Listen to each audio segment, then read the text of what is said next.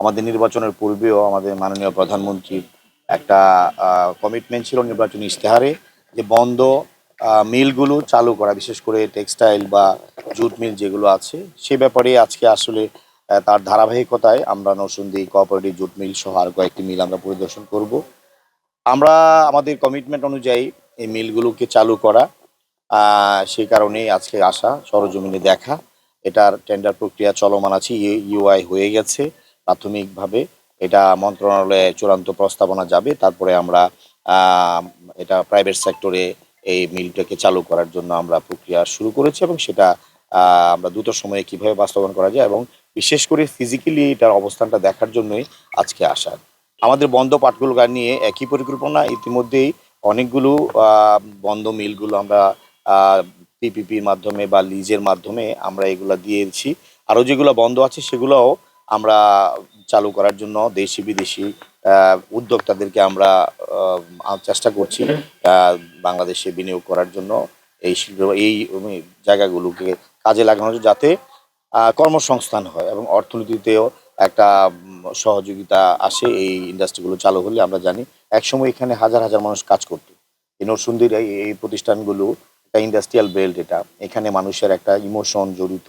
আমরা মনে করি যে এই মিলগুলো বন্ধ হওয়ার কারণে কর্মসংস্থান অনেক কমে গেছে, এই এলাকার মানুষ কাজ করে জীবন জীবিকা নির্বাহ করতো।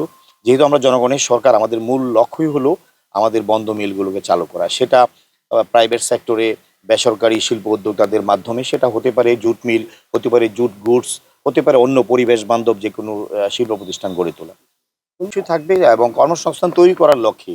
আর এখানে ইন্ডাস্ট্রি হলে আসলে অন্য জেলা থেকে অন্য বিভাগ থেকে লোক এনে তো আর এখানে কাজ করানো যাবে না।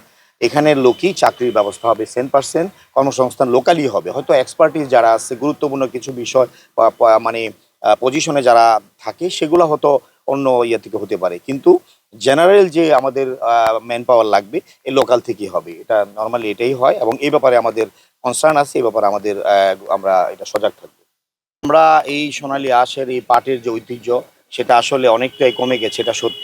আমরা এই ব্যাপারেও কাজ করছি, বিশেষ করে আমাদের যে পাট বীজের ক্ষেত্রে আমাদের গবেষণার ক্ষেত্রে আমরা গুরুত্ব দিচ্ছি। আমাদের বীজ পার্শ্ববর্তী রাষ্ট্র, বিশেষ করে ইন্ডিয়া থেকে যে বীজগুলো আসে সেটা অনেক সময় আমরা শুনি যে তাদের ফলন ভালো হয়। আমরাও কিভাবে কম্পিটিটিভ ওই জায়গায় যেতে পারি এ ব্যাপারে আমাদের গবেষণা কার্যক্রম চলছে, বিজিআর সাথে আমাদের কার্যক্রম চলছে। আমরা এই ফলনটাও যাতে ভালো হয়, বীজের জাত যাতে উন্নত হয়, এ ব্যাপারে আমাদের সজাগ আছি। কৃষি পণ্যের কৃষকরা যাতে ন্যায্য দাম পায় এই ব্যাপারে, এবারও জানেন আপনারা পাট অন্যান্য সময় যেমন 3,000 3,500 টাকা, এবার কিন্তু 5,000 5,500 টাকা মন হয়েছে। আমরা এই ব্যাপারে সজাগ আছি আমাদের এই পার্টির ঐতিহ্য ফিরে আনার জন্য। আসলে একটা জিনিস যখন পিছনে পড়ে যায় এটা অনেক কষ্টসাধ্য ব্যাপার, র মেটেরিয়ালসের ব্যাপার আছে, অনেকগুলো বিষয় জড়িত আছে। আমরা চেষ্টা করে যাচ্ছি ইনশাল্লাহ আমরা আমাদের সে হারানো ঐতিহ্য যাতে আবার ফিরিয়ে আনতে পারি। এগুলো আসলে বিভিন্ন প্রক্রিয়ার মাধ্যমে দেওয়া হয়েছে, আমরা এগুলো দেখছি খতিয়ে, যদি এরকম কোনো অ্যানামলি থাকে সে ব্যাপারে আমরা দেখবো, ব্যবস্থা নেব।